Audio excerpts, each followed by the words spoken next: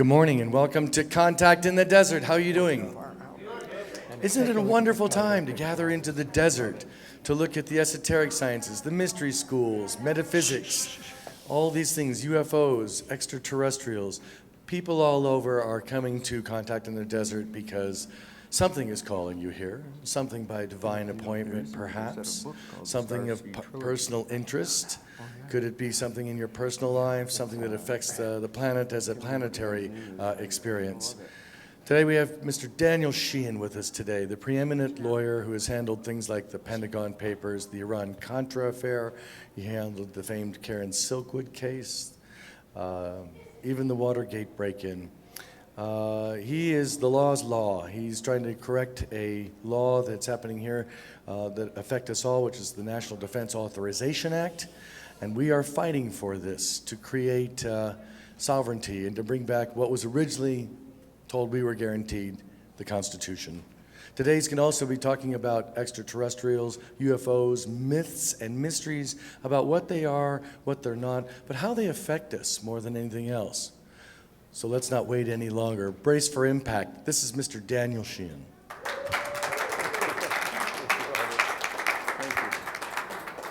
Thank you. It's kind of interesting here that we've got like 4 different major events one, two, three, 5 different major events going on here all at the same time. George Norrie is sponsoring a panel right at this time that's got Eric Von Donigan and Jason Martell and other folks all participating in it. So a lot of people are there. Linda Moulton Howe is doing her major presentation, and Nick Pope has also got a major presentation going, as well as Story Musgrave. So there's a lot of people out there, but so this gives us an opportunity to have kind of a more intimate connection here, just a dozen of us or so, in this conversation. What I've been asked to talk about this morning is an issue that I've touched upon in my original presentation, and it came up a couple times last night during the panel that we had, and that has to do with my legal representation of Dr. John Mack. Dr. John Mack was the chairman of the Department of Clinical Psychiatry at Harvard Medical School back in the mid-1980s and up into the mid-1990s.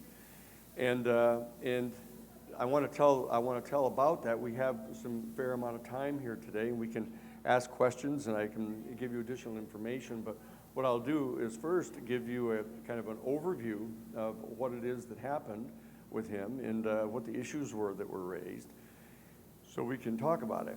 What happened is John was, as I said, the chairman of the Department of Clinical Psychiatry, a licensed medical doctor and psychiatrist, and he began being contacted in the late 1980s, in early 1990 and 91, by people who had had contact experiences. Not just the experiences where they see lights in the sky or even see a craft, which is highly identifiable as such, but instances in which they understood themselves to be having actual abduction experiences, or experiences in which they had had direct physical encounters with extraterrestrial beings. At least that's how they experienced it. And because of that, they would some of them didn't remember it consciously, but they were extremely troubled. They started having bad dreams about it, couldn't sleep, found themselves being subjected to kind of bouts of unexpected anxiety at particular sounds or light configurations that they would encounter, would start setting off these kind of strange anxieties in that they didn't know what these were. And many of them, indeed most of them, had in fact contacted someone whom they knew personally, who was in the field of psychology or psychiatric issues, and they would kind of discreetly start talking with them to try to explain to them what had happened, in asking for some kind of insight into what this might be. And that process was going on, but they had not yet known about Dr. Mack, because Dr. Mack was there in Cambridge, right outside of Boston, and was not well known in this field at all. They didn't know really who to go to. But what had happened is there were a few very high-level military officials, Air Force people for the most part, some in the United States Navy, who had had encounters with actual vehicles, not the UFO contact experiences and abduction experiences, but actual just physical viewing of these UFOs. And they had filed reports with their superiors. And almost uniformly, if there was any response at all, the military superiors wanted a psychiatric examination. And so a number of them, I remember there's one, a General B, let's call him. He in fact contacted Dr. John Mack because he had this was the very first commissioned general officer in the United States Air Force, that up until the end of World War II, they had a U.S. Army Air Force. It was kind of a branch of the Army, and that they had airplanes. That had happened at the end of World War I, and then in the World War II, there was a U.S. Army Air Force, but there was no separate service. But right after World War II, in 1946, early 1947, they established a separate branch of the United States military, U.S. Air Force, and this general was the very first commissioned general in the United States Air Force. And he had been assigned the task of going to be the pilot, to fly a dozen or so scientific experts, to fly them up to Iceland or Greenland. He was going to fly them to Greenland, and he was part of a pilot, co-pilot, and navigator team.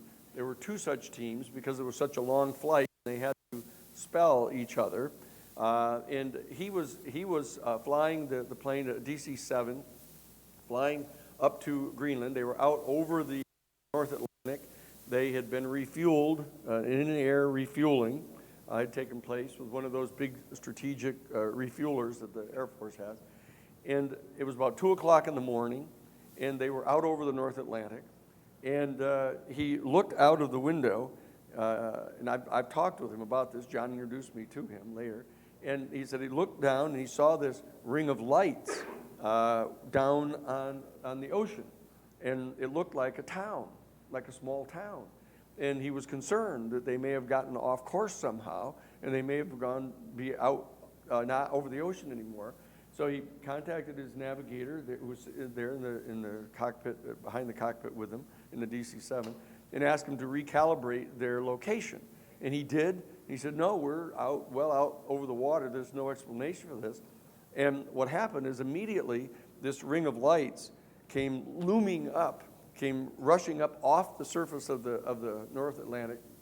And right in front of them, no less than like 150 yards away, was a huge UFO, classic UFO. And they had their running lights on. They had their headlights on the old DC-7, so they could see the thing sitting there. And it was like 100 feet across and a big dome on the top of it. And when he thought, General B thought that they were going to run into it.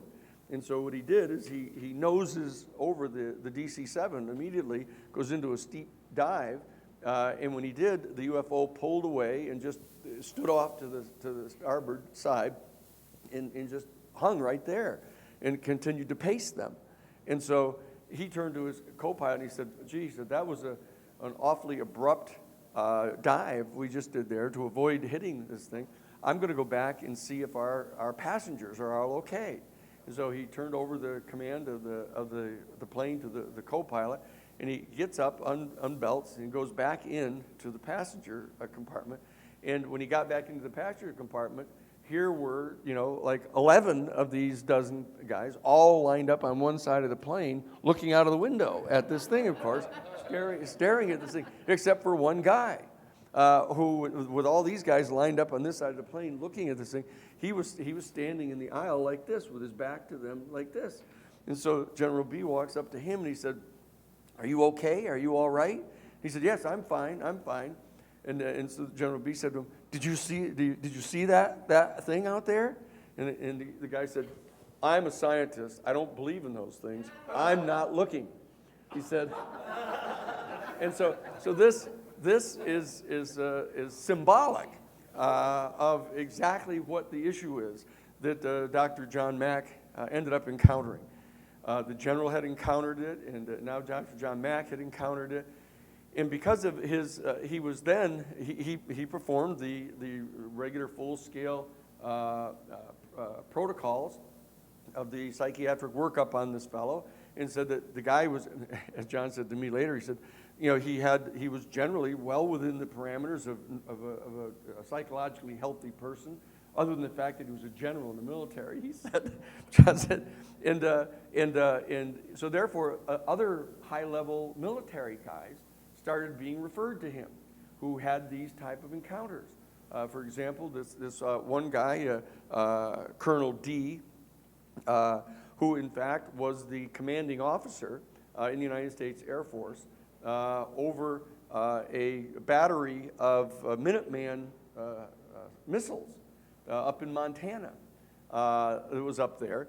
And one night that they were all on duty, and a big glowing orange vehicle of some sort came floating up to the perimeter of this Minuteman missile site. They had 24 Minuteman missiles at this site up in Montana. And the big orange vehicle came kind of floating up over by the fence, and the guys that were up topside freaked out at this thing coming. And so they got on the radio and they called down into the pit where the command modules were. They were 75, 80 feet underground. And the Captain Bob, who was there, Robert Sala, was the captain.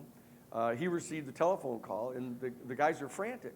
They're saying, "There's this great big vehicle of some sort that just came floating over the outside fence. What should we do? What should we do?" And he said, "Well, you're armed, aren't you?" And the guy said, "Well, yes, we have our M1s." He said, "Well, then protect the perimeter," he said, and then turned off the radio. So about 5 minutes later, they called back in complete hysterics, saying, "Oh, no, it's now right over the site. It's come across the fence. It's over the top of the site, and it's pulsing. It's this huge orange pulsing kind of blob." And he said, "Well, look just protect the perimeter, protect the perimeter." And he turns off the thing. But he was concerned about this, so he was just getting set to wake up. He was a captain. Bob was a captain. He got set to go over and wake up the major, who was taking a sleep at things. Like this is again like 2:30 in the morning. And just as he's going over to wake him up to tell him about this event happening, all 24 of the Minuteman missiles start going offline. Blip, blip, blip, blip, going offline. Now that was quite extraordinary because they're all completely separately wired. They have a complete separate power system for each one of them, so that they're not in a series. They're not hooked up, and they all went off, one after another. So this totally freaked him out. I mean, here they are up on the dew line in the early warning system for the United States military defense along the Canadian border, and all 24 missiles have gone offline. So he gets all upset about this. The major gets all upset about this. So they call to the colonel. This is the guy, our Colonel D, who is the commander over the base, right? And they notify him that this has happened, that there's a strange, unidentified object that's come on up over the top of their base, and in fact, it shut off all of their missiles. So he's trying to decide what to do about this. So he decides that he's going to call into the major command headquarters up there for the dew line, right? So he calls in to the major center and he says, "Look, I need to tell you that something has just happened here. All 24 of our missiles have gone offline. And then he said, and I remember I was with Colonel B. I was bringing him to meet his congressman, to tell his congressman about this. And he was telling me, he said, I was reflecting on this as to whether to call and tell them this or not, which is peculiar. I mean, here you are, the commanding officer in charge of one of the Minuteman sites. All 24 of your missiles have been taken offline, and he's concerned about telling anybody about this, right? But yes, he calls up and he tells the command headquarters. He says, "Look, we've had an incident here, and all 24 of our missiles have been taken offline." And he said he had this hesitation about telling them about this other thing. He said, but then he just decided he was going to. He said, and that it happened right after this big, huge, unidentified vehicle, a big orange pulsing blob, came up over the top of our site. And there was a big, long pause, and the people at the center said, "Are you wanting to report a UFO incident?" And he said, that was the most important moment of my life, he said, because I knew if I told them that that my whole career was in jeopardy. Which is, just think about that. I mean, just think about that a person who is charged with that kind of responsibility, however peculiar that whole worldview is that makes that rational, what they're doing. That he said, yes, I am. Yes, I am. And he said, the person in the command center said, well, I need to inform you that the Minuteman base that's to your west and the Minuteman base that is to your east have both reported the exact same thing. And all 48 actually, of their missiles have all come offline. So that the entire area of the United States along the northern border in that area is completely open because all the missiles are down. And so he put together, Colonel D put together a whole official report and sent it in. And he was contacted and told that he needed to get a psychiatric evaluation, right? So he ended up finding out from General B that in fact this Dr. John Mack had done a psychiatric workup of him prior to that time, and was very reliable and an honest guy and hadn't criticized him and had found that he was perfectly sane. And so he goes to him too. So there were instances like this that started happening. And John started to get a very quiet, private kind of reputation inside the hierarchy of the military of being able to be a reliable person that could do an evaluation of them and was not judgmental and didn't think they were nuts or anything. And so he went to him. And so that what happened is that before too long, Bud Hopkins found out about John. And Bud Hopkins was this really interesting, very colorful fellow who was an artist, a professional artist, a sculptor down in New York City. And he was from a very kind of high-end family and fairly wealthy and knew all the right circles in Manhattan, that whole Manhattan culture. Of all the museums and galleries and all that, and they would have all these social events, et cetera.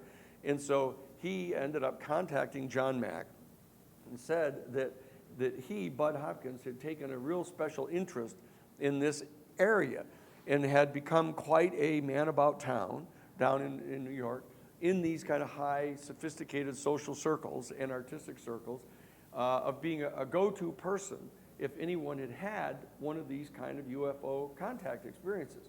And so he had become a person in that social milieu who had encountered dozens of people who had had this kind of experience.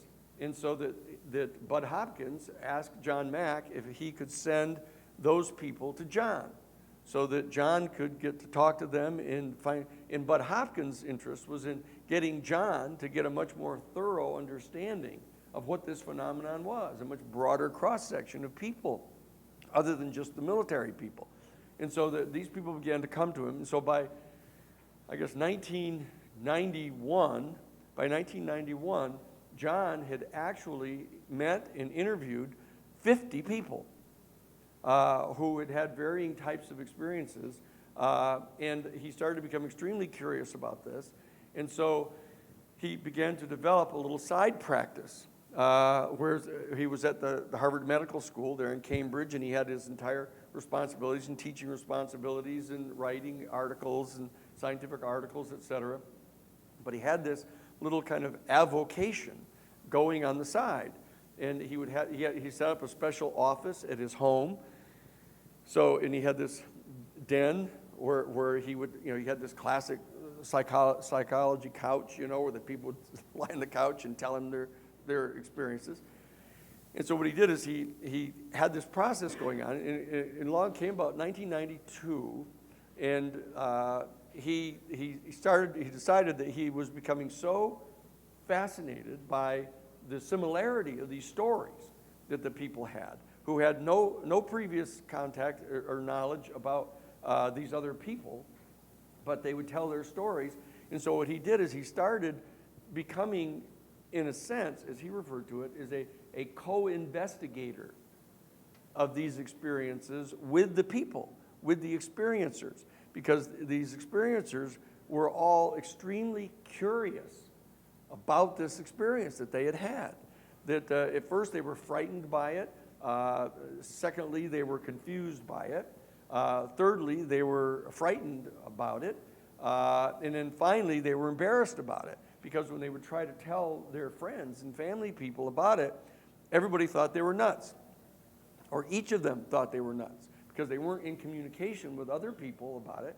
They just thought that it was an individual experience they were having. So what happened is John decided in 1992 that he was going to kind of shift over from being sort of simply a clinical psychiatrist that was attending to these people. He would actually become kind of a co-investigator with them, and he was going to, for the sake of operational purposes, he was going to just treat this as though it were really happening to them, because he had originally been inquiring to try to determine whether this was some kind of strange psychiatric aberration, that they were having sleep disorders, or that they were having depression or anxiety attacks or something that was causing this kind of thing. So in 1992, he kind of shifted over into this co-investigator kind of role. And by 1994, actually 93, he decided that what he was going to do is he was going to write a scientific article about this phenomenon.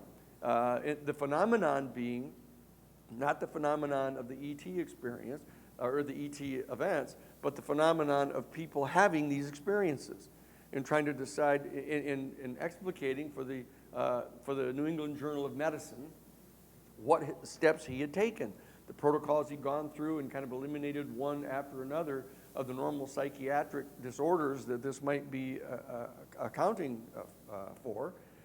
So the bottom line is he ended up preparing this big major draft of an article, and he mailed it off to the New England Journal of Medicine. He's right there in Cambridge, and the New England Journal of Medicine is based in Massachusetts. And he sent it over to them, and he waited and waited. And he didn't hear anything back. Finally, he just got a little short letter back, kind of rejecting him, and sent back his manuscript to him. And so he said, this is kind of peculiar. Here I am, as I mentioned last night, a Pulitzer Prize-winning author who had won the Pulitzer Prize for doing the definitive psychobiography of T.E. Lawrence of Arabia, and had done a number of other psychobiographies in articles about them, etc. And so he was published in very prominent and respected, and so he was very much taken aback by the fact that he got this kind of summary rejection. And so he sat down and went through this whole process again, and he put additional footnotes in. He actually put in quotes. He got permission from the various people he'd interviewed. Got permission to actually put quotations in from the recordings, because he took tape recordings of all of these sessions. And so he beefed up the article in a major way, and he sent it back in. And within just a few days, the assistant editor of the New England Journal of Medicine comes to John's office at the Harvard Medical School in Cambridge, walks into his office with the envelope unopened, and hands it back to him, and said, look, Dr. John Relman, who is the editor-in-chief of the New England Journal of Medicine has instructed me to come and deliver this to you unopened, and letting you know officially that we are not going to publish this, we will not publish this, and wanted me to give this back to you and let you know that it has been unread and unopened. You know? So he was saying, wow, this is pretty peculiar. I mean, this is a strange reaction to an article like this. He got very upset, and so he called up Scribner's, who had published his previous book on T.E. Lawrence called The Prince of Our Disorder. And they were delighted to have this idea to publish a book. So he sits down and expands the thing out, and he writes this book called Abduction, Human Encounters with Aliens, right? And he publishes this in January of 1994. And within a matter of a week or two, Dr. Adelstein, who is the head of the faculty there at the Harvard Medical School, comes into John's office, kind of friendly-like, into his office and says, John, it's really an interesting book. I understand you've published this book. Really interesting. And John goes, oh, great. He's interested in this. And he said, I'd like to kind of talk with you about this. I get an opportunity to check. And I don't want to just walk into your schedule here, but why don't we set up a meeting that we can have, and we can talk about this. And John goes, oh, great, that's terrific. I'm glad that somebody's interested. I didn't know whether you were going to be interested. And Adelstein says, and as long as we're going to be talking about this, why don't I invite a couple other members of the faculty to come and we'll talk about this. And John says, oh, great. It's kind of like a little grand rounds of this experience, right? So they schedule the meeting. John comes to the meeting, and he walks in, and here's Adelstein and the assistant legal counsel for the Harvard University and 3 other people on this panel, including Dr. John Relman, who was the editor-in-chief of the New England Journal of Medicine, who had rejected his manuscript and taken this bizarre step of telling him that he was not going to look at it. And so immediately they begin to interrogate him and challenge him on the grounds that, was he charging people for these services? Were these clinical services? Or was this some kind of an investigation that he was conducting? Was he doing this just to write a book? How much money did you make on this book? They were just really going after him like this. He was completely kind of taken aback. And so after this meeting for a couple hours, they scheduled another meeting, telling him that there was going to be additional discussions about this, gave him a date and time to come back. And so he gets up kind of shell-shocked, and he calls his mother, actually. It was funny, at that time. I don't know, he must have been, 60 years old or something at that time. So he calls his mother, and he says, Ma, and his mother was a PhD economist, and this was like back in the 50s. She was a PhD economist in this field, and a very prominent woman. His dad was a professor at another university there in Boston. So he calls her and explains to her what's happened to him. So she recommends that he call their family lawyer. They were a fairly well-to-do family. They had a whole professional attorney for the family. So he ends up calling the attorney, Attorney C, we'll call him. And so he goes over to see him and explains to him what's going on. And so the attorney, very much to John's surprise, says, oh, that's okay. Do whatever it is they ask. If they want you to give them copies of the audios of your interviews, give it to them. If you send them any documentation, if you had any of them, get insurance, cover their medical insurance for any of the interviews. If that was true, get that, because the committee seemed to be extremely interested in this question of whether he had charged them, whether he was performing clinical services for them, or whether or not he was exploiting them to get information from them for his book that he was going to make lots of money on, which gives you some indication of the fact they'd never published any books, because that isn't how it happens. And so the bottom line is that he was completely taken aback by this, that his lawyer had been telling him to do that. And then he discovered that the lawyer was a partner in the law firm that represents Harvard University. And the guy had never even told him that. And so John was offended. He thought that that was unethical. And so he calls his best friend, Professor Ron Robertson. Ron Robertson was the best friend of John and was the chairman of the Department of Art in Santa Barbara City College out here in California. And John is, of course, in Boston, in Massachusetts. So he calls his friend Ron Robertson, and he tells him what's happened here. Ron, they had met in the Air Force when John was in the Air Force after 1950s. They were based in Japan, and they got to know each other. Ron Robertson was the best man at John's wedding, so they were long-time friends. So John calls him and is commiserating. Ron is commiserating with him about this terrible thing that's happening to him. And John, Mack said to him, gee, I think I need a different lawyer. I think I need some lawyer who's going to be more aggressive in defending me and stuff. So Ron Robertson said to him, what about Danny Sheehan? And Ron Robertson had been a major active person in the Santa Barbara area that had invited us out to do a number of presentations at the University of California at Santa Barbara about the Iran-Contra case. And so I knew Ron passingly, and like we've been to 100 of those things, and so you meet people at each of these places, and you kind of remember them, and you get to be friends. It's one of the benefits of work like we do, the public interest work that we do. And so Ron says to him, how about Danny Sheehan? And so John said, oh, gee, Danny Sheehan, he did all this Iran-Contra stuff in the Silkwood case and the Pentagon Papers case. Do you think he'd be embarrassed that he wouldn't want to do something like this? And so Ron says, why don't I ask him? And so Ron gives a call over to us. We were at the university in Santa Barbara teaching there while we were doing cases all around the country and stuff. We had a course we were teaching there called the Hidden History of America, the history of CIA covert operations from World War II to the present. And so Ron calls up and invites Sarah and me to come to dinner at their house with he and Helen. For some reason, Sarah couldn't go. She was busy doing stuff. So I go over to the dinner, and we're finished with dinner, and we're sitting there having dessert.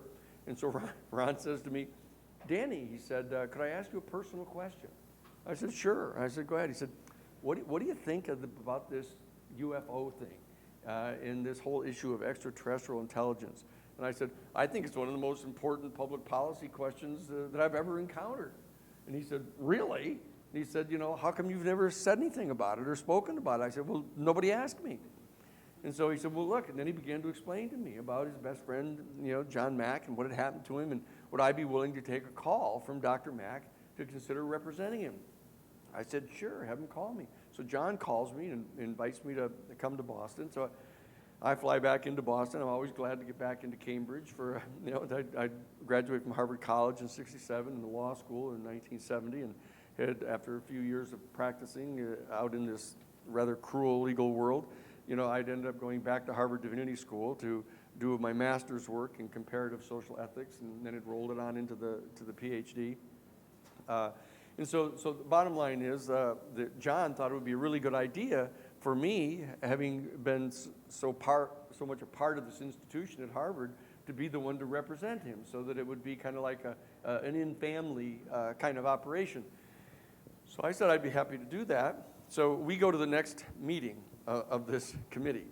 And John and I walk in, and here they are arrayed up on the dais, right? And now the chief counsel for Harvard University is there.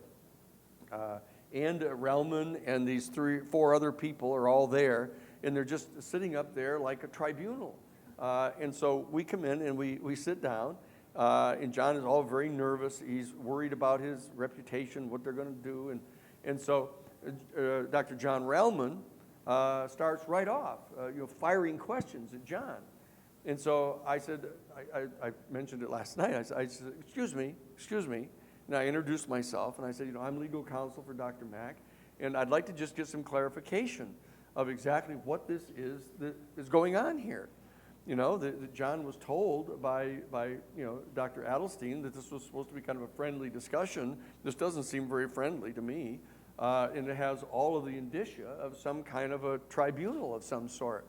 And so I'd like to, in the spirit of cooperation, I'd like to know exactly what you think the nature of this whole process is here. And Relman says,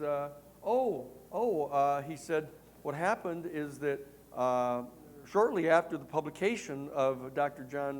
John Mack's book, Abductions, Human Encounters with Aliens, Dr. Adelstein started receiving all kinds of these telephone calls. And they were making inquiries, kept asking certain questions of him, and he found that he wasn't able to answer them. He didn't know what the answers to these questions were. So he thought that he would have a kind of a friendly conversation with Dr. Mack.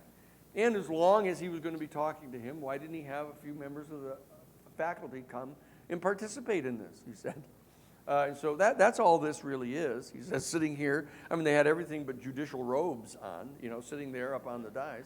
And I said, well, that's interesting. I said, then if that's what this is really all about, again, in the spirit of cooperation, can you tell me, in order for us to be able to respond to these inquiries, can you tell us who are these calls from?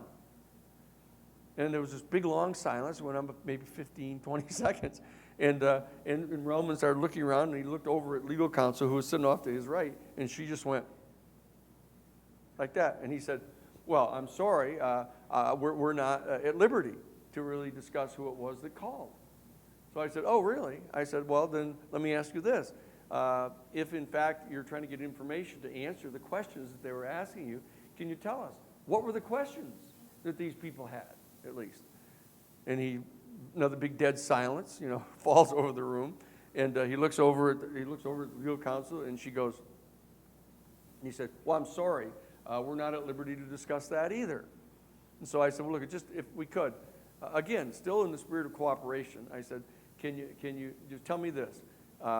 Is, in your opinion, either one or both of the following questions of fact going to be at issue during this process, whatever it is, however it is you want to define this process? Number one, whether or not there exists an other non-human extraterrestrial intelligence that is highly intelligent and highly technologically developed anywhere else in our galaxy or the universe. And secondly, whether or not either one or more of these UFO experiences might actually constitute a vehicle from this extraterrestrial civilization. And Dr. Relman said, well, they absolutely are at issue here, and to believe that either one of those things is true is absolutely ridiculous, he says. Here it is. I mean, here we are in a galaxy with somewhere, depending upon the state of the Hubble and now the Kepler, between 300 and 500 billion star systems in our galaxy, and approximately 300 to 500 billion trillion galaxies, as they think now. And here's the guy sitting as the head of the tribunal at Harvard University insisting that it's absolutely absurd or ridiculous to think that there's any other sentient, highly technologically developed life in the universe, right? So I said, well, good. Okay, good. Now that that's settled, let me just tell you that prior to our coming here, Dr. Mack and I have spent this time with Lawrence Rockefeller, and Lawrence Rockefeller has agreed that he will finance whatever process is necessary in order to present to you the best evidence with regard to both of these questions of fact.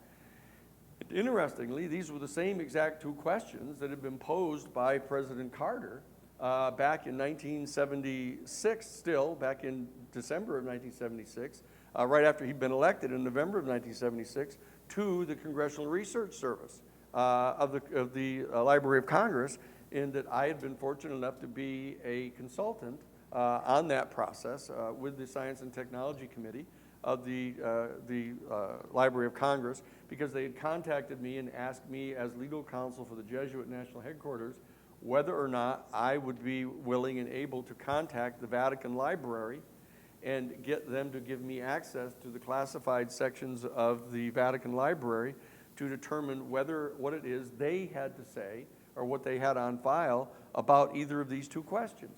And so I knew what the questions were that I wanted to put at issue. And so I said, so we have this opportunity now to present to you in more or less a grand rounds the best evidence on these two questions. And immediately, the legal counsel for Harvard University leapt to her feet and she said, absolutely not. Absolutely not. We're not going to allow these hearings to be transformed into some kind of a circus, she said. So I said, well, I just wanted to make sure that you knew that we were standing ready to do this. And so therefore, when you're ready to do this, let us know. So I said to John, I grabbed John by the elbow and I said, okay, John, time for us to leave. And John looked at me kind of shocked like this, but I go, well, wait a second, I'm not sure this is polite, just leaving. And I said, no, we're all done here, so come on, let's go. So I actually literally kind of lift John out of the chair, who's kind of paralyzed. Reminded me of Barney Hill, and that famous thing when he got picked up by the ETs and he stayed just exactly like that all the time they carried him around. Well, the bottom line, so anyways, up he gets, and so we march out of the place. And so then I started talking with John. I started having these major in-depth discussions with him because up to that point, our discussions had all been directed kind of procedurally toward trying to get this thing set up in a way that would open up this opportunity for the grand rounds. And now that we had accomplished that, he and I started having this extraordinarily interesting set of conversations about who it is we were going to call, how we were going to choreograph this particular process, that we were going to get it all videotaped, a 3-camera shoot they didn't have HD at that time, but we were going to get broadcast quality set up, and so we were all working, and we were excited. I mean, everybody, this was terrific. I mean, this is going to be a great opportunity to actually have it all videotaped, presenting this to Harvard, and we were going to reach out to all the different members of the faculty and get them all to come to this process so they could all participate. And so we were engaged in that process, and by means of that process, John started reaching out to Stanton Friedman, to Bud Hopkins, to all of these different people that were the top echelons of the entire UFO community, and putting me into direct communication with them as his attorney. So I got to meet all of these people on almost kind of like a peer-to-peer kind of relationship with them right out of the gate. And I hadn't been involved in this whole process since way back in 1977 when I was working with the Congressional Research Service and at Jesuit headquarters. And so there was this whole renewed opportunity and John was completely pleasantly surprised at the degree of interest that I had in this, the substantive interest in really getting to the bottom of what it was that was going on here.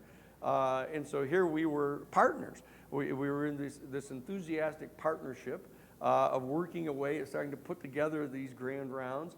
And so John still was concerned about keeping this confidential because the committee had told him, don't talk to anybody about what's happening to you. I said, forget that part. I said, we're going to reach out to everybody and let them know that there's this star chamber process going on at Harvard University. And so I started setting up interviews for him to talk to people and go and see them and stuff like this. And instead of just talking about his book, he was talking about his book, which was still fairly new out on the shelves, and this process that was going on at Harvard University. And so all of a sudden, it was just like a lightning rod. That all around the country, people started focusing upon what was being done to Dr. Mack by Harvard University. And so I was just lighting them up, in burning the tail feathers at Harvard, to let them be ashamed of what it is that they were doing. And so what happened is sooner than I would have liked, they basically threw in the towel. And they capitulated, and they said, oh, gee, sorry. We didn't mean for you to misinterpret what we were doing here. And they kept reiterating this bizarre story about how they were just having a friendly conversation. But they wouldn't talk to the media. They would just say this. They would kind of issue little statements and things, but they wouldn't talk to the media. So I was greatly disappointed, needless to say, that they were trying to withdraw from us the opportunity to actually undertake this process and have it recorded and footnoted with experts and everything. It would have been absolutely fabulous. I mean, it would have become kind of the definitive work. This all preceded the Disclosure Project, for which I was general counsel with Dr. Greer in 2001, years later, like 7 years later. But the bottom line is that I was frustrated over the fact that we didn't get to do this. But what John was then free to do, John was then in a position of being, you might say, the most protected faculty member in the history of Harvard University. Like, no, they weren't going to even breathe in his direction again. And so he was all muscled up now. And so John says, well, here's what we're going to do. We're going to establish a special project here at Harvard to look into all of this stuff. But it was interesting that some of the people that were around him and his staff said, look, let's try not to have this be just about UFOs and the ET experience, because there are dimensions of these experiences that these people were having which suggest that a panoply of different kind of things are happening with people. That all of the people all don't experience it like an ET abduction as such. There are some people that just, in fact, believe that they're having telepathic communications with some being from somewhere, from some dimension or something, and that there were a number of speculations that had been offered by these people who were clients of his, that trying to interpret what it was that was going on with them. And they ranged all the way from believing that they were being contacted by a relative who was passed away now, to being contacted by somebody from the future in some kind of a telepathic way. Some of them actually believed that the vehicles were other human beings from the future that were coming back into the present time to try to warn us about mistakes that they had made, we all had made earlier, to try to forewarn us to avoid those. And so what John said is, yes, in fact, I've been the communicator of this to my staff. So the staff was feeding it back to him. They were afraid still. They were afraid that if it was just a focus on the ET and UFO thing, that it was going to be caricatured and attacked by the media, because the media were extremely hostile at that time. This is still back in 1994. I mean, we've come a long, long way here in the last, 20 years over this, 30 years, actually, it keeps happening. Yes, 30 years now. And the bottom line is that he set up a thing called the Project for Extraordinary Experience Research, the peer group there at Harvard. And I became legal counsel for the peer group. And what he did is, at sort of the core, really the off-the-record kind of core of this was the experiencer group. That people who were the experiencers that had these kind of interesting experiences would come together, and they would sit in circle, usually in groups of only 12 or so that it was small enough so there could be dialogue among them, even though there were like 60 of these people that John had worked with by that time. So they would set them up at about a dozen a time, and I was fortunate enough to get to participate in that. I would sit there kind of quietly, since I'd never had any of these experiences, and so that I would listen to them, and I was kind of evaluating them as a lawyer. And if I were going to be presenting actual experiencers in a grand rounds, for example, because I continued to be operating from that template, because it was such an ideal template. That would have been the absolute paragon of how we would want to have done this. And so I just continued to be functioning from that perspective. So I was evaluating each of these people, trying to determine how credible a witness they were, what type of ability there was to kind of verify objectively and empirically what had happened to them.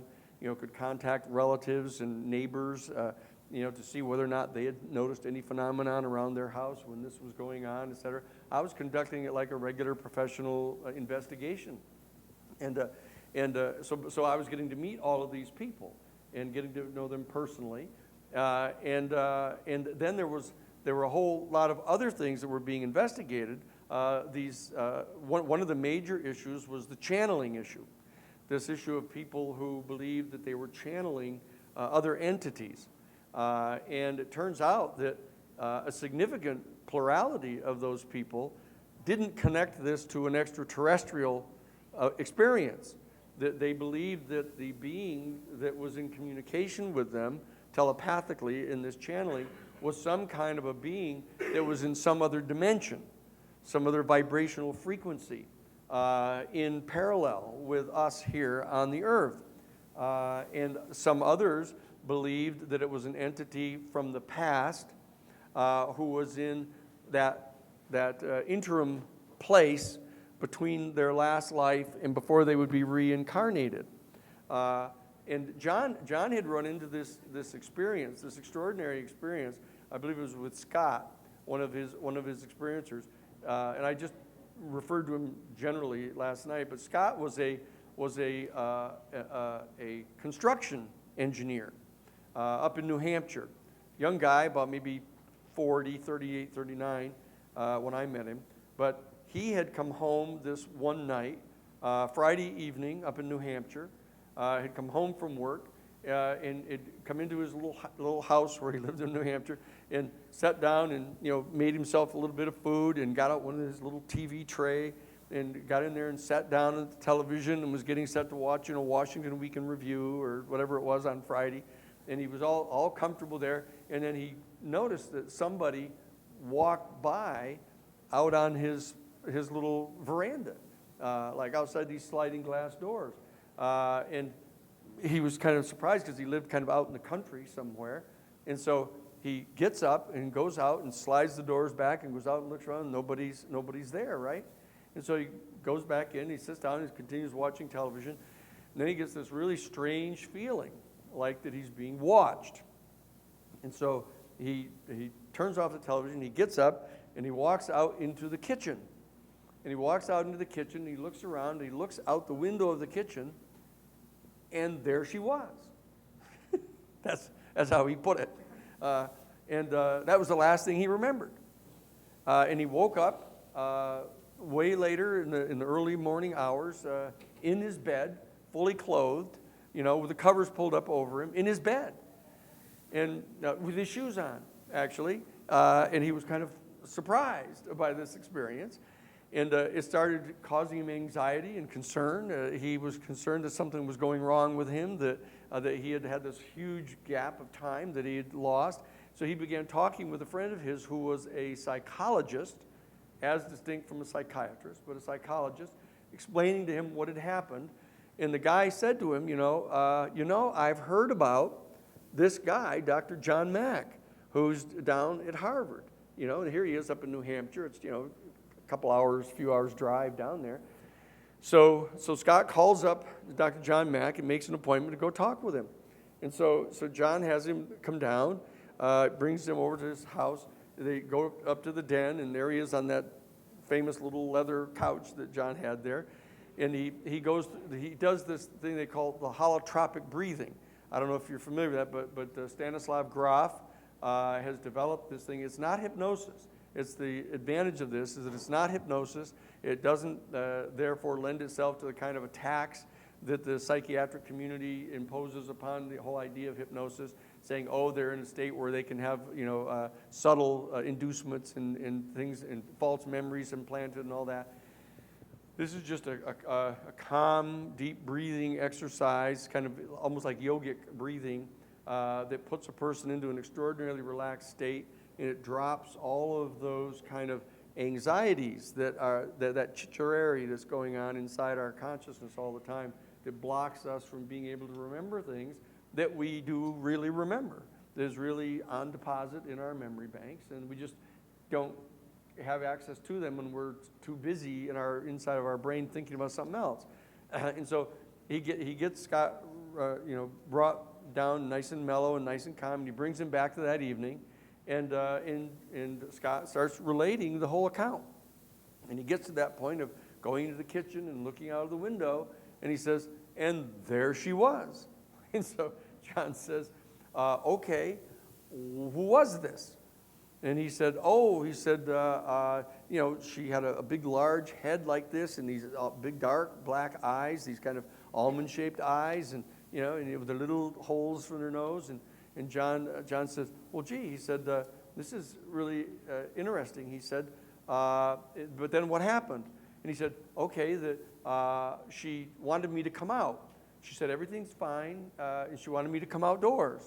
So I went out the kitchen, and in the living room, I opened up my little sliding doors, and I went out, and she reached up and put her hand on my elbow, and I went with her out into this field, and there was this craft, a big UFO, sitting there in the meadow. And she had me come up. She just actually elevated me up like this into the door, and I went into the door, and they brought me in, and they had me take off all my clothes and lay down on this really interesting table-like thing. He said it was made out of this strange substance. Like it wasn't plastic and it wasn't rubber, but it was some kind of a material. And I know that when I lay down on it, it molded right directly to my entire contours like this, and kind of just suspended me there, very comfortable. And that they came in and they ended up taking sperm from me. He said, and that I was a little embarrassed or distressed by this whole thing, he said, but we got all done, and they had me put my clothes back on, and she guides me back outside, and she brings me back home and brings me upstairs and put me in the bed. And so he told John the story. So John says, okay, that's enough for today, and he relaxed and got him back into normal state, and they set up another appointment. And a few weeks later, Scott comes back down. John brings him back to the point again where he walks in the kitchen and says, there she was. And so John said, I couldn't help but think that when you said that somehow you seemed to recognize her. And Scott said, yes. Oh, yes, I recognized her. And John said, really? He said, well, had you ever seen her before? And he said, yes, I'd seen her before. And John said, well, when was that? He said, well, actually back when I was still in college, he said, and it was a long weekend.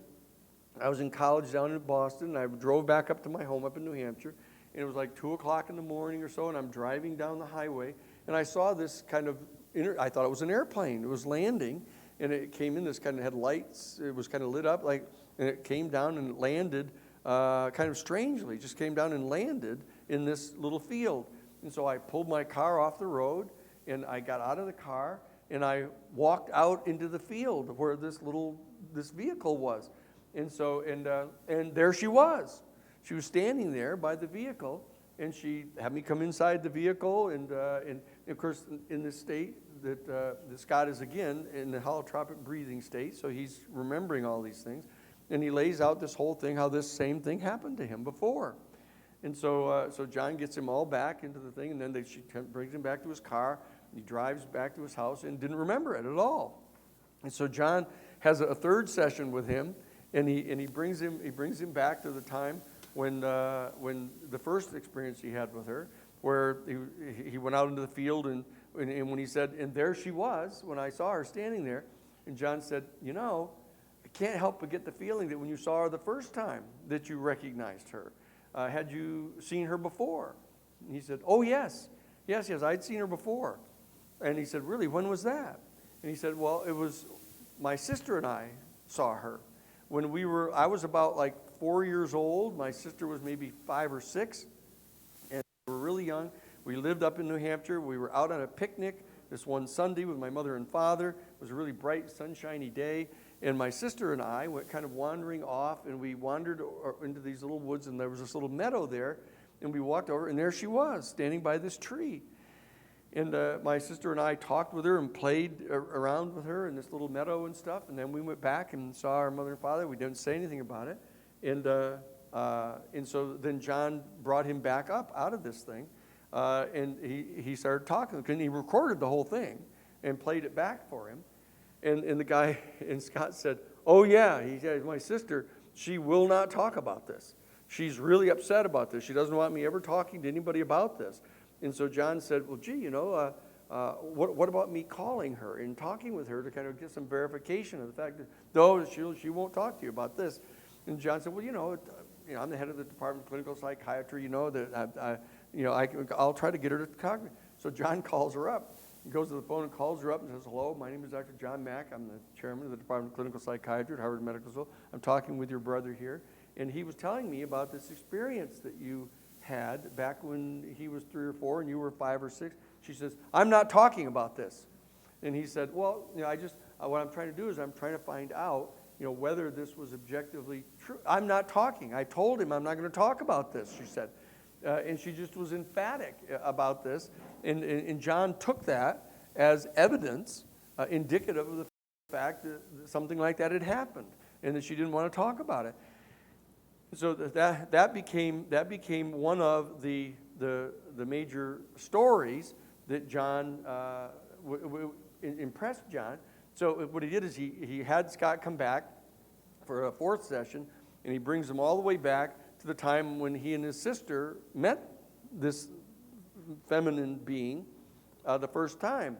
And when they walked up into the meadow and saw her standing there, John said, now really carefully, now I want you to think about this now. When you saw her standing there, had you ever seen her before? And he said, yes, I had seen her before. And he said, now you're only like 3 years old or so now? Yes. He said, tell me when it was you'd seen her before. And he said, well, okay, here I am. He says, I'm kind of lying on this little cot-like thing, and I'm in this room that's got stone walls around it, and I'm in this thing that's got like these bars on the windows here, and I'm talking with her, and she's telling me, oh, don't feel that bad. You did your very best. You got all the other people to try to get to agree to take less of your crops for part of your taxes, and that this thing that's being done to you now, is not just, and he was getting set to be executed, and because of him having somehow confronted some medieval baron about the baron taking too high a percentage of the agricultural products from these feudal serfs, and that he was going to be executed for it. And all of a sudden, John's going, wait a second, what is this all about? And so John tried to inquire more about it, and Scott just kept on verifying the details of this. So when he brings Scott back up out of this kind of holotropic state and plays the thing for him, they were both completely surprised. But John had heard about things like that before. John had heard about, the classic Bridey Murphy experience and people going back into these encounters with previous lives and stuff. But it was the first time John had ever heard about that directly from a client. And so all of a sudden this opened up for John this whole other dimension of, wait a second, if the ET experience is being experienced by this person not only a number of times during the course of his or her life, but in fact they're having the experiences even in a previous life with the same being, what does that imply? And so he began to open on to this entire issue of reincarnation, the Hindu and Buddhist concepts of reincarnation. So he began inquiring into that. And this is where the faculty people thought that John had become sort of unmoored. He kind of lost contact with the kind of normal reality that he was into, actually exploring issues of reincarnation, other religions, and things like this. And it was a sign of instability. And they started assuming that he was going through some sort of midlife crisis of some sort, and that what he was doing is trying to project onto these poor, helpless people who were suffering from some kind of strange set of anxieties.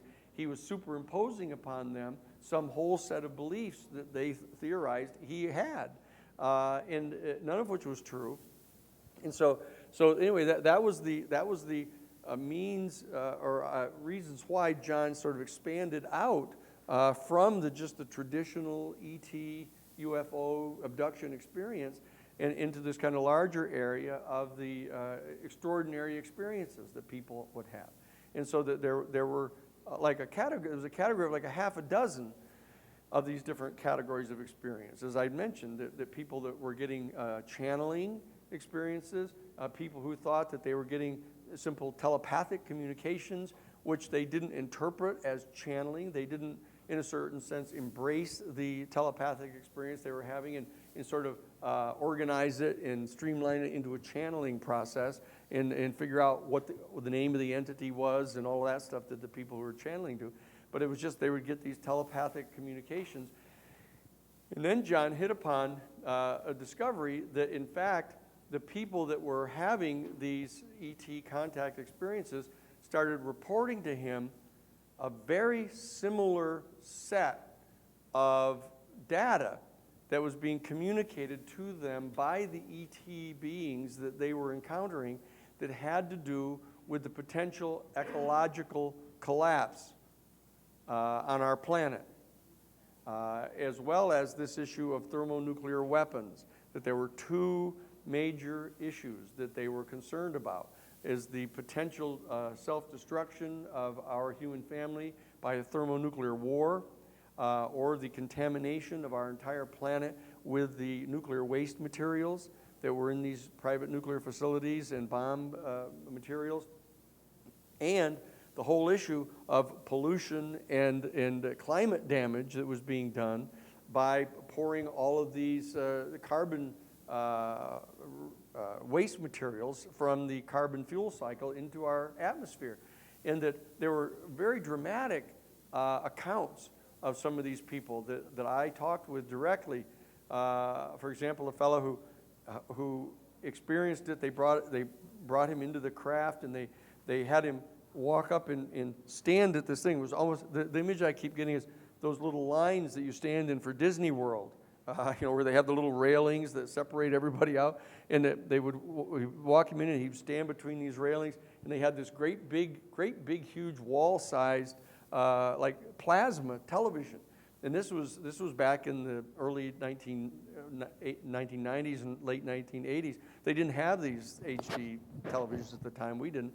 But it was like a big wall-sized thing. And they said it was extraordinary because it was like looking right out through a window with no glass in it into reality. He said it was so dramatically real what was being projected out of that big screen that it looked like you were looking right into reality happening in front of you.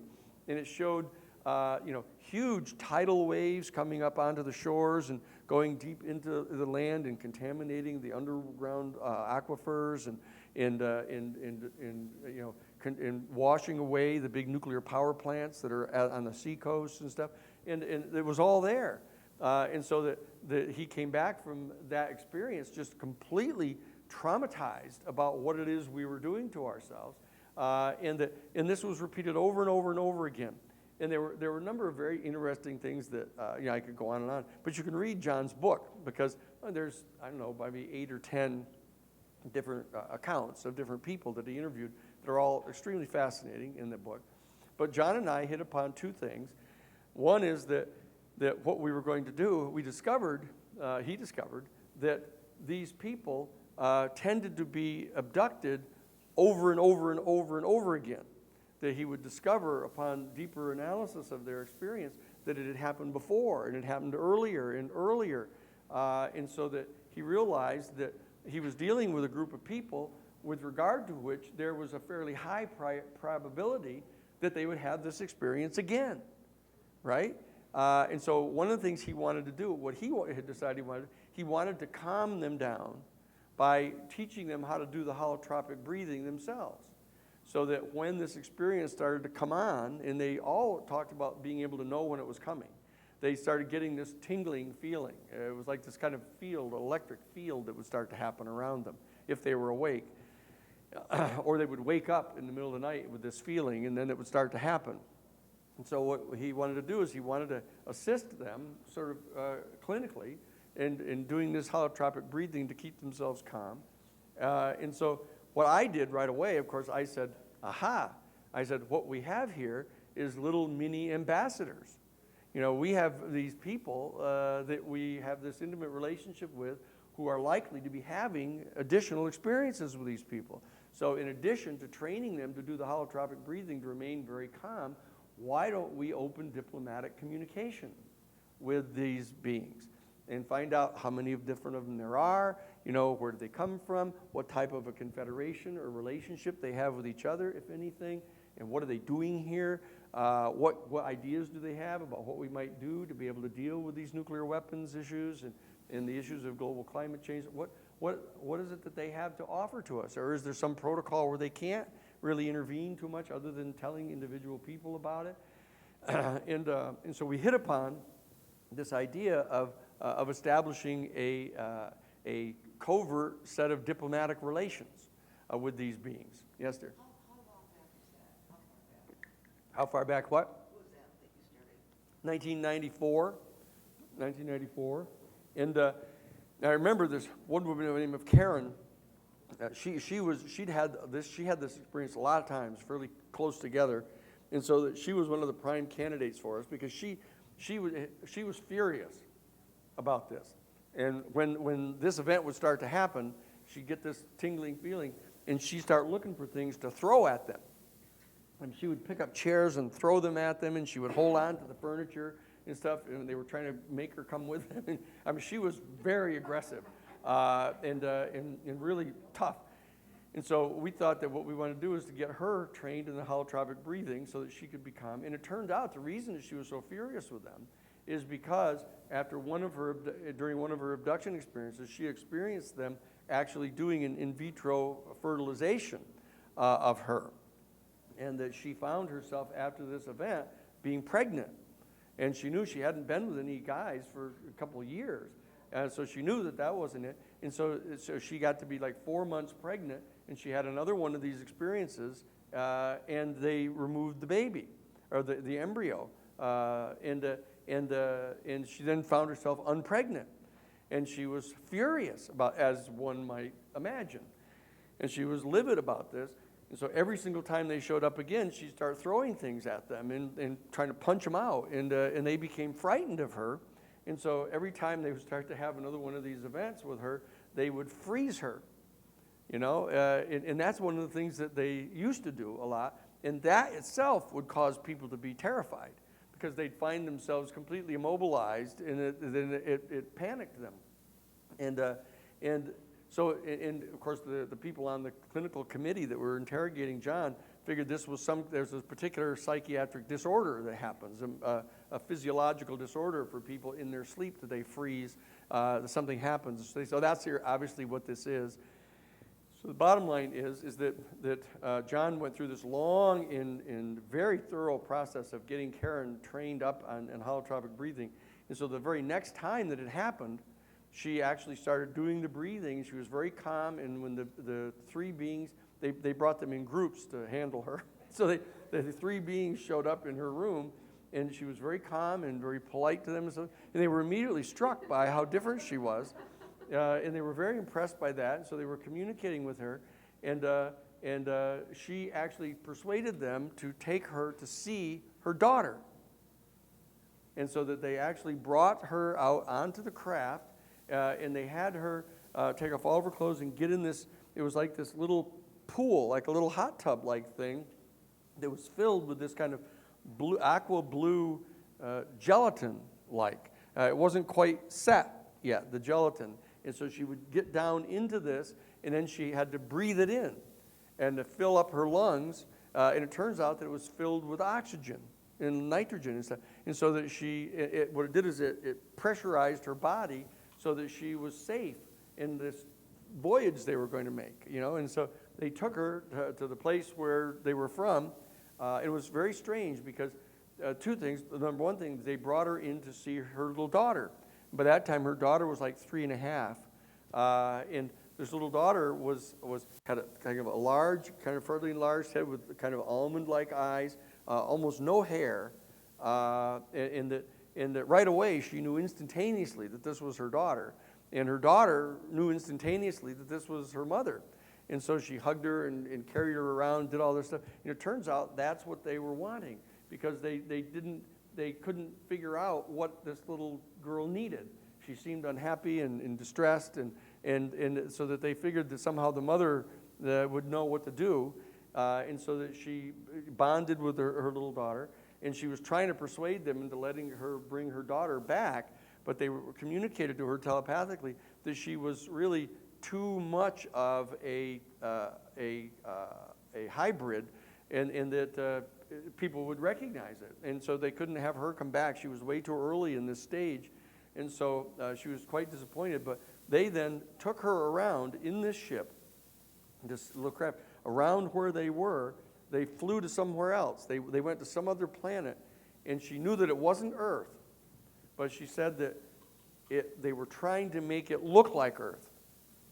They were trying to, they were engaged in kind of planting different kind of things and doing landscaping, and they were trying to make it look like Earth. And she got the impression, and she said when we interviewed her about this, when John interviewed her actually about it, that it wasn't that she couldn't figure out what they were doing. They never explained. They just kept asking, what do you think of this? What do you think of this? And what she thought about it was that they were trying to build someplace that looked like Earth. And she got the impression that what they were doing is that they were planning to bring people there because they thought we were going to destroy ourselves. They thought that we were going to destroy ourselves with either thermonuclear war or this massive catastrophe with the destruction of our climate and our environment, and that they were taking portions of the human family, or they were going to bring them to this place and let them resettle here. And so that they were engaged in this kind of thing like terraforming and planting trees, but it wasn't quite right. It was kind of just off. She could tell that they didn't quite have the touch, on this thing. But she explained all that to us. And so she explained it to John, and John explained it to me. And so so we then moved into this kind of very self-conscious program of trying to set up this little diplomatic corps of reaching out and doing this, because we viewed that as kind of a little success, that little story. But that was, and then John wanted to establish, in addition to Peer, he wanted to establish at Harvard University a thing called the Worldview Institute, because he came to the conclusion that what was really going on at Harvard in this confrontation that he had with them was a clash of worldviews that they were rigidly attached to and viewed themselves as being imperial agents of a fourth paradigm, scientific, logical, positivist, materially grounded worldview. And that if, in fact, you couldn't weigh it, taste it, measure it, if you couldn't do any of that stuff, it didn't exist. Not that you just hadn't been able to discover it yet, but that it didn't exist. And what he realized is that kind of a firm position taken by adherents to this fourth paradigm worldview is done for operational purposes, because they're in the business of manipulating reality. They're in the business of running things. They're in the business of substituting their control over reality for reality itself. And so what they've done is they've just like like a book editor who is saying, look, you've submitted a 2,000-page manuscript here. You can only get away with maybe 400 to 500 pages that anybody will read. So we have to edit out all this other stuff and stay focused on this. And if you're telling the story and you're omitting all of that other stuff, one might be able to say, that this is arbitrary and capricious, but in fact it's designed to be more effective in getting it through and selling your book. And that's what lawyers do. Lawyers, for example, in preparing testimony, they'll say, look, don't talk about that, because all it's going to do is confuse the jury. It's not that you're concealing anything from them. This is all designed to craft your presentation in a way that is helpful. And so that the people who are adherents to this fourth paradigm, scientific, logical, positivist worldview, have just taken the position that this fix on reality is important for operational purposes of simply being able to run the world, which of course is what Harvard views its business as being, is running the world. And so that they're attached to this worldview and imparting it to all of their young men up until 1966, when actually women were the first time admitted to Harvard University. So that whole thing that they view themselves as being the caretakers of the liberal worldview, and that's where they're at. So the bottom line is John came to realize that, and so he wanted to set up a Worldview Institute at Harvard University where we could explore this issue and be able to lay out and explicate all 8 of the full spectrum of alternative worldviews to the scholastic community there in Boston, where there's 306 institutions of higher learning, all right in that New England area. And that if we could found the Worldview Institute there, we could reach out to the academic world and get them to understand this and try to start preparing the new generation, the millennial generation, for this larger insight, this larger context. And that what we could do is we could stick in at the 8th paradigm worldview, this extraterrestrial post-contact worldview, okay? And so that's what we were in the process of doing. And there's the 6th paradigm worldview, which is the radical monist classic worldview of the Stoics and the pre-Socratics. There's a whole way of structuring this academically so that the academic world can understand it and see this as a perfectly logical presentation of this.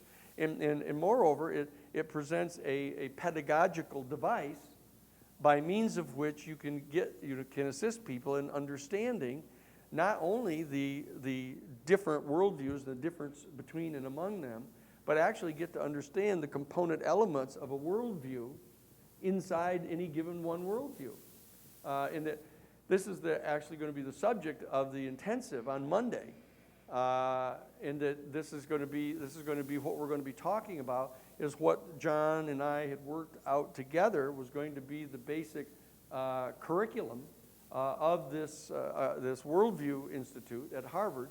And that's what we were engaged in doing when John was killed suddenly in England. And he had actually prepared a transcript or a manuscript of a book about his entire experience at Harvard called When Worldviews Collide, which is this play off the, was it Abstesky? What was the guy's name that wrote that, When Worlds... Vieckowski. Vieckowski wrote this thing called When Worlds Collide, which is a whole discussion of that theory that there was a major planet in between Mars and, between Mars and Jupiter. Between Mars and Jupiter. I think there was another great big huge planet that got hit and blew up and exploded. It accounts for the asteroid belt and all that. So there's a book about that. So John, working off that, had this title, When Worldviews Collide. And he had just handed over to me the initial manuscript of the book, which we were going to use as a basis for doing the Worldview Institute. And I had it when he left to go to England. I talked to him just the day before he went to England. I had the manuscript to start going through it, to insert the different parts that I knew about from the legal part of what we did. When we received notice that he'd been killed, that he'd been hit by this taxi cab and killed in England. And so we did not go forward with establishing the Worldview Institute, though we'd had several meetings with different people about participating in it. But we had gotten that far with that work, and it turns out that was the work that I was going to be doing for my PhD thesis at Harvard Theology School when I was there earlier. So that we've talked about that any number of times, and it, in a certain sense, constitutes the potential legacy for John Mack, because presenting the really truly new paradigm worldview, this post-ET contact worldview, the one that the Jesuit order and the others have now called upon us to begin discussing. What are going to be the main philosophical and theological implications of contact with another intelligent, highly technologically developed civilization that is distinctly non-human? What is that going to do for our sense of self, of who we are? What is our unique place in the universe? Or is there a unique place for us? Are we somehow specially gifted? Are we created for some major purpose now that can transcend our belief that the entire physical universe was created by God as a matrix within which we're playing out this kind of morality play of our being able to develop as of the eschaton into perfected beings, and that's the be-all and end-all purpose for the entire manifestation of the physical universe, not to overstate our importance. But anyway, so now what do we do? Now what do we do if all of a sudden, suddenly we're now informed that that ain't it. That ain't what's going on. Something larger that contexts us in a much greater overall schematic. How are we going to prepare for this? This way of presenting it, of putting this particular worldview, the eighth paradigm worldview, in context with all the rest of our worldviews, and pointing out that just like the chakra system in the body, there are in fact a full set of 8 chakras. There's most of the discussion go on around the 7 chakras, the crown chakra being the ultimate chakra to talk about. Every one of the adepts that you talk with will tell you, though they don't want to spend a lot of time talking about it, that there's an additional chakra that is high above the head. You hold up your hand and close your fist. There's the 8th chakra, and it resides at the top of this entire energy envelope that is generated by the different chakras, so that you have this multi-layered energy envelope that is part of our actual physiology, and that this particular aspect of our human phenomenology may well be the eyeballs and ears of this new faculty. It may be the means that we have to communicate. In fact, I'll point out, so one of the things that John, Mack, and I had discovered when we were working on this is that there were a set of studies that were done at Downstate Medical Center in New York back in 1962, where the Downstate Medical Center people brought into the center a Buddhist monk, a Hindu master, what was it? I believe it was wasn't a Capuchin, there was another monk, a Trappist, Catholic monk. They brought in like 7 of these guys, a mystical meditator, basically, from each one of the major religious traditions.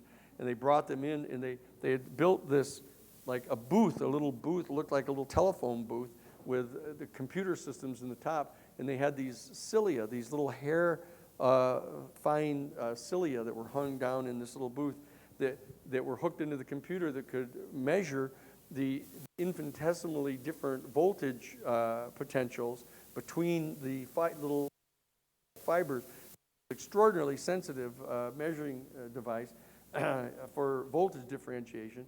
And then they took these people and they hooked them up to an electrocardiogram, an electrocephalogram, little lie detectors that could check the what do they call it, of their skin, electricity on their skin and stuff. They had all these things, and they hook them all up to this thing, and they say, okay, now get in this little booth and do that thing that you guys do, right? And what happened is that it turns out in every one of the instances of all 7 of them, that every single one of them would get into the booth, and the first thing that they would do is they would either kneel down or squat down or sit down in a lotus position, or they would get themselves into a position where their body was completely erect, their spinal column was completely erect. The second thing that they would do is they would start chanting or praying. And they would either be going Om Namah Shivaya, or Om Mani Padme Hum, or Hail Mary, full of grace, the Lord is with thee, blessed art thou amongst women, blessed is the fruit of thy womb, Jesus. Holy Mary, Mother of God, pray for sinners now and at the hour of death. And they would start doing this thing. And what they discovered is that thirdly, that all of them, that it turns out that they would end up exhaling all of the air in their lungs during this kind of incantation. Then they would completely refill their lungs, and then they would go at it again, and they would go out and they would completely expel all the air in their air, and then they would inhale again. And it turns out that every single one of them had established almost the identical ratio between the amount of time they spent inhaling and exhaling. And that what they discovered then, the next thing that they discovered happening, is that the alpha wavelength frequencies in the brain would start dramatically increasing vis-a-vis the theta and beta waves in the brain. And then the 5th thing that started happening, they discovered, is that the photoplasma around their body, that was being measured by these cilia that were hanging down around him, that the photoplasma around the body started to expand and energize out from around the body. And because of this extraordinary system that they'd set up, they were able to graph the shape of the energy field around their body, and that they were able to discover that the center of the energy field was inside their body, that it was inside their body, somewhere below their heart and above their solar plexus. It was inside their body. And what they discovered then is that with regard to 5 of them, that the rate of pulsation of the energy field around their body fell into direct sync with their heartbeat. And so what they were doing is they were sitting there with this pulsation centered inside their body in direct sync with their heartbeat. And that what they concluded about this is that the human body in that state functions like a crystal radio set that actually just taps in right into the unified energy field, pursuant to which every single ultimately irreducible integer of matter in the entire physical cosmos is bonded to and attracted to every other one. It's that thing that we all found out about back in high school civics or physics, where they say that every single ultimately irreducible integer of matter in the entire universe is attracted to every other unit, and the degree of attraction is simply inversely proportional to the square of the distance between them. Remember that thing that we had to memorize, and nobody knew what the hell that meant, but this is what it means. And so there's this whole unified field that bonds the entire physical cosmos, every single last ultimately irreducible integer of matter in the universe, into a direct harmonic whole. And that what they hypothesized from these downstate medical center studies is that this is actually a physiological phenomenon. It's like seeing or hearing, that I mentioned, I guess, yesterday or early morning. Just like our eyesight of living beings has evolved in almost this kind of phototropic process, has been drawn up into manifestation, the eyeballs, to be able to respond to the existent electromagnetic phenomenon of light. Light preceded our ability to see it. And sound, with its own particular electromagnetic frequency, existed before we could hear it. So the answer to that big, long question, if a tree falls in the forest and there's no one there to hear it, does it make a sound? Absolutely it does. It's just that you aren't hearing it. Okay, and so what it is that this bonding phenomenon, this unified field, has always existed. And the point is that we hadn't been able yet to directly experience it, like sight or hearing. And that's the thing that's happening now. And that they're tracking it physiologically and phenomenologically. And so that the experience that one has of this unitive experience is just like suddenly being able to, dare I say it, see the light.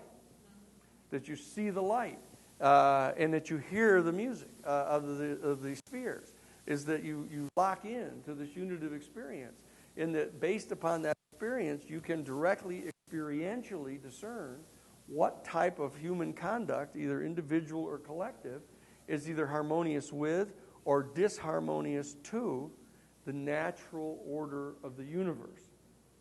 That's what this is all about. And that therefore that experience serves as a normative experience. It is an experience that provides to you a direct, immediately experiential referent for being able to discern what's right and wrong, what's good and bad, what's better and best. It is the ultimate discussion of all philosophy and theology.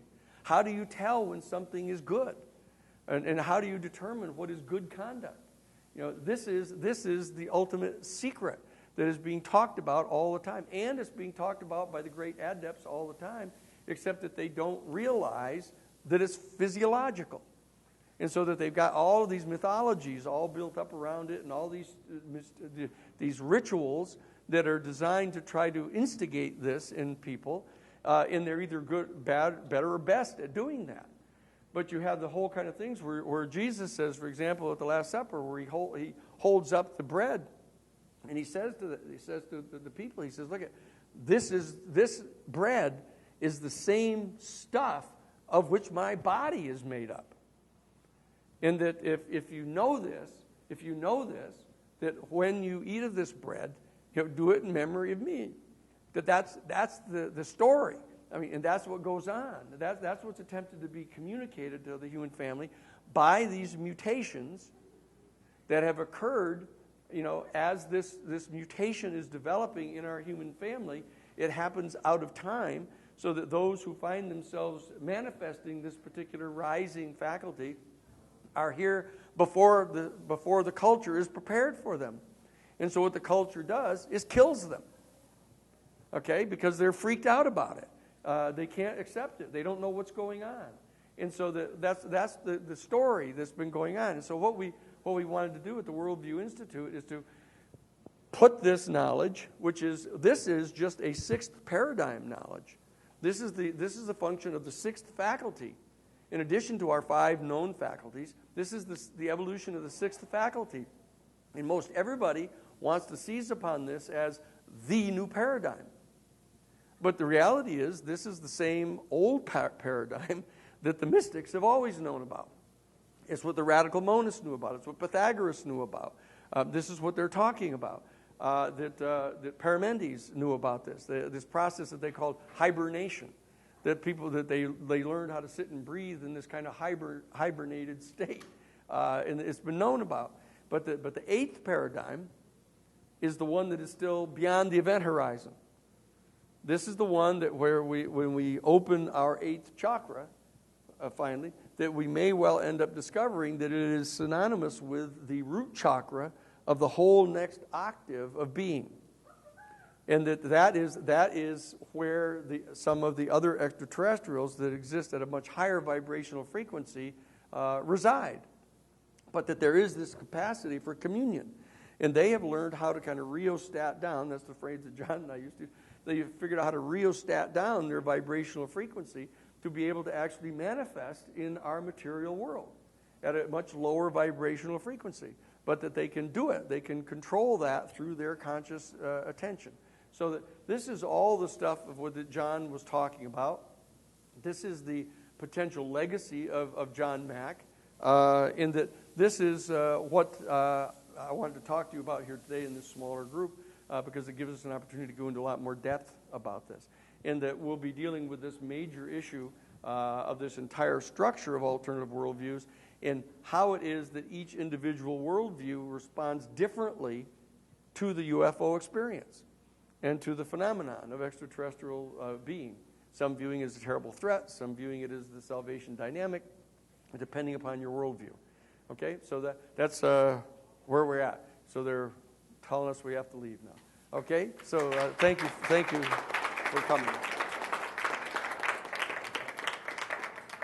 Oh, and by the way, they just told me this is our little book that we just got published called The People's Advocate. Anybody who wants to get a copy of it can get it, because my staff brought some copies of it if anybody wants it.